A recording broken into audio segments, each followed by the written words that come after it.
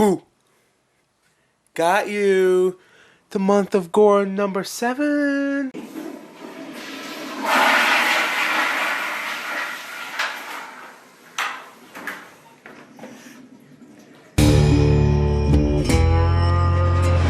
Gonorrhea, gonorrhea, gonorrhea, gonorrhea, gonorrhea.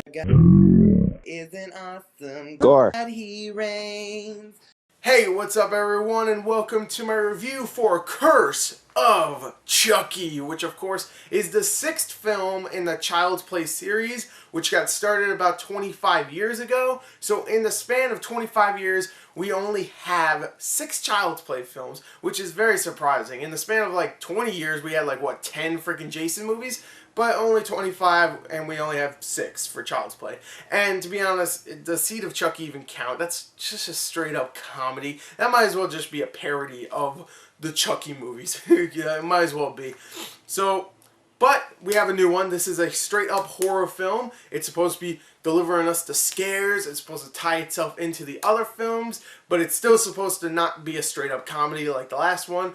What did I think of Curse of Chucky? A straight-to-DVD movie in the Child's Play series? Let's talk about it. The story for Curse of Chucky follows Nika, played by Fiona Dourif. And if she sounds familiar, that's because she is the daughter of Brad Dourif. And if you don't know who Brad Dourif is, the voice of Chucky. So, the voice of Chucky is the father of the main character in this film, and of course Chucky most likely will attack the main character and maybe cut her up a little bit. Maybe some family issues? I'm not sure. But anyway, the story here follows Nika, who is a disabled woman living in her mom's house. And her mom, like, takes all these antidepressants and stuff. She's all screwed up. And, you know, Nika just doesn't leave the house at all because, you know, she's disabled and she just doesn't. So, of course, something bad happens where they get a package and they're like, they don't know what this package is. They open up and it's a good guy doll. Remember from the 80s? Nothing bad happened to those things. They were great. They didn't murder people. So they're just like, whatever, this doll sucks. So they just throw them out. And then, of course, the next day, the mother is found dead in a pool of her own blood with a knife wound. Now, everybody thinks that, oh, it's just, you know, she probably just killed herself, suicide, she hasn't been taking her pills or something, whatever. Not whatever, but, you know, Nika's just like, oh, my mom, boo, I'm going to invite the rest of the family over. So she brings the rest of the family over so they can go to the funeral the next day. And, of course, what happens? They stay the night, and, oh boy, Chucky goes nuts. He goes and just picks them off one by one, kill, stab, slit, and electrocutions. Because I guess you need electrocution in almost every Child's Play film. So there you go. There is the story. I'm not going to explain anything further. There is a lot more to it, but it would be considered spoilers. I mean, it is. It's spoilers. I mean, it's a simple plot.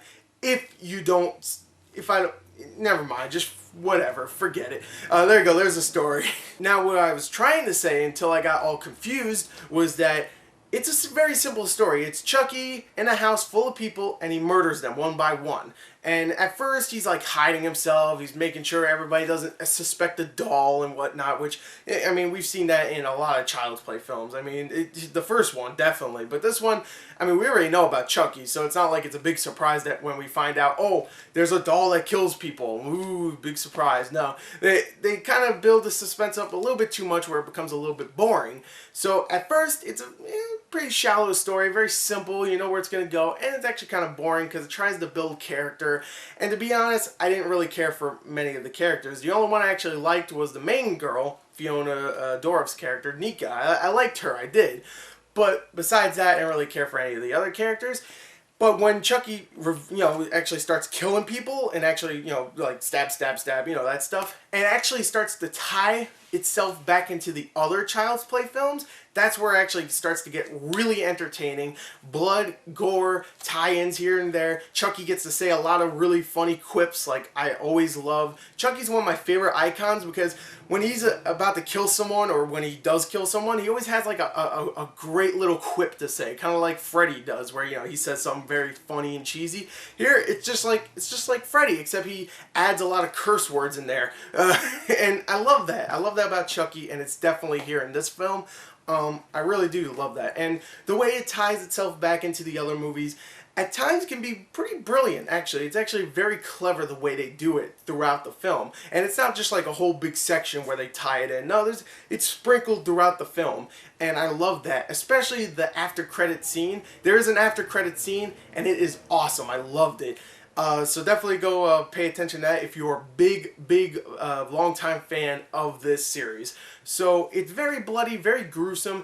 It's not really that scary. There's not a big amount of suspense. Again, the first like 30, maybe 35 minutes are kind of boring, to be honest, even though you definitely see some really cool, very gruesome death scenes. This is probably I don't think so, but actually, I'm not sure. I think this might be the most gruesome Child's Play I've seen yet. I mean, people get their head cut off, freaking get electrocuted, but not in just like, oh, they're electrocuted and that's it. No, they get like their face starting to burn and stuff. They get all crispy. There's people that get their freaking mouth pretty much chopped off. It's violent. It really is. And even though the blood itself doesn't look like the best, it is still very violent and very inventive in some ways, and I actually enjoyed that. It's very violent, there's not much suspense, but Chucky's still a really awesome horror icon, and he says some very funny things. The characters themselves aren't really that likable, but the main one is definitely likable.